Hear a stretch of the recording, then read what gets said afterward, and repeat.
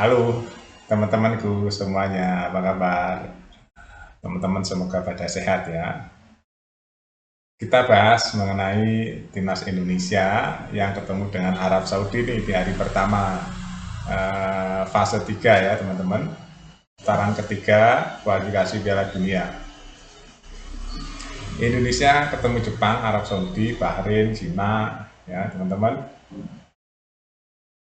Yang pertama kali di tanggal 5 September kalau nggak salah Indonesia away ya, datang ke markasnya Arab Saudi. Jadi kita bahas sejarah dulu ya teman-teman. Jadi dari rekor-rekor Indonesia ketemu Arab Saudi, Indonesia itu menangnya cuma sedikit ya. Bahkan sulit sekali menang, kalahnya banyak teman-teman. Ya.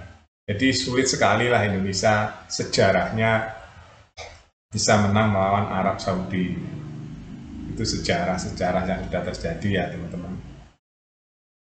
Tapi saya akan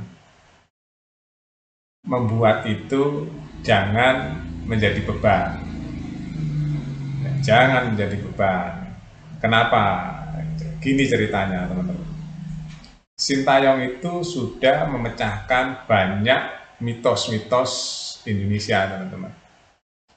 Indonesia masuk Piala Asia aja berpuluh-puluh tahun teman-teman nggak pernah ya pecah oleh Sintayong.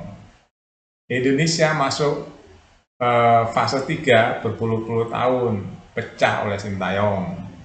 Ya, Indonesia U23 masuk semifinal Piala Asia sudah berpuluh-puluh tahun pecah oleh Sintayong.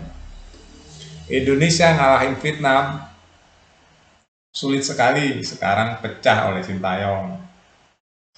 Jadi dengan catatan Sintayong seperti itu, saya yakin teman-teman, kalau Erick Thohir dan Sintayong kerjasama, ya dalam waktu 2 bulan ke depan, secepatnya mencari pemain-pemain yang berkualitas, ya 3-5 pemain lah gitu ya. Saya yakin Indonesia bisa mengalahkan Arab Saudi. Saya yakin.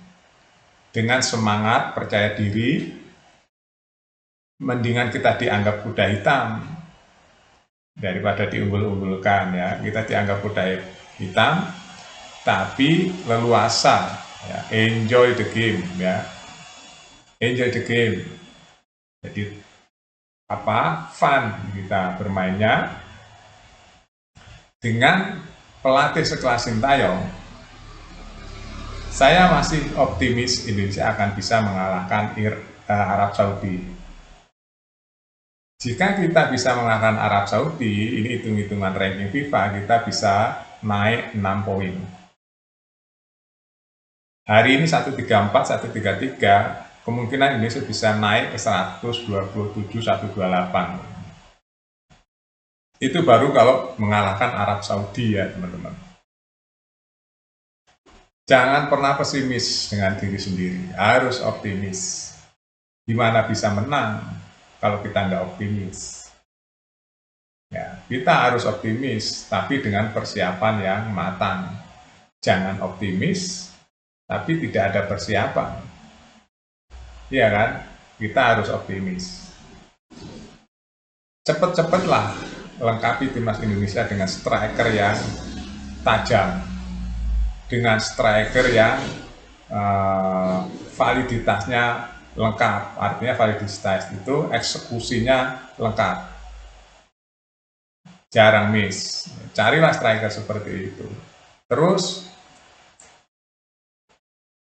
perkuat pertahanan. Ya, pertahanan terakhir adalah kiper. Karena kiper yang bagus itu bisa save berkali-kali tembakan-tembakan ke gawang. Nah, itu penting sekali itu.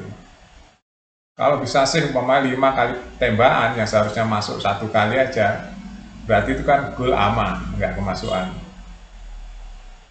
Ya, jadi mental pemain itu akan stabil terus dengan tidak kalah atau tidak kemasukan bola. Nah, sisi-sisi psikologi seperti itu penting ya, karena pertandingan 90 menit. Itu. Jadi saya berharap timnas Indonesia cepet-cepet Erick Thohir dan Sintayong melakukan pencarian pemain lagi sehingga Indonesia akan kuat nih. Ya seperti Belanda lah ya, serupa tapi tak sama. Itu aja udah. Kita harus kuat seperti Belanda, serupa tapi tak sama. Sedangkan Arab Saudi kan ratingnya masih di bawah Belanda, teman-teman. Ranking FIFA-nya masih di bawah Belanda. Makanya kita optimis bisa mengalahkan Arab Saudi. Begitu juga dengan Jepang. Ya. Begitu juga dengan Jepang, teman-teman.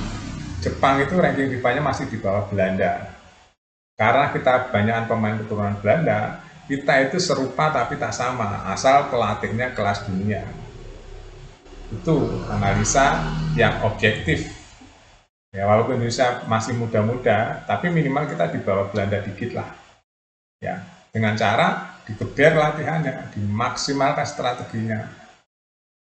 Jadi untuk timnas Indonesia harus semangat terus ya, khususnya pelatih Sintayong dan Erick Thohir, cepatlah selama 2 bulan ini mencari pemain-pemain yang handal. Itu aja teman-teman, kemungkinan timnas Indonesia akan bisa naik ke rankingnya. Sampai jumpa.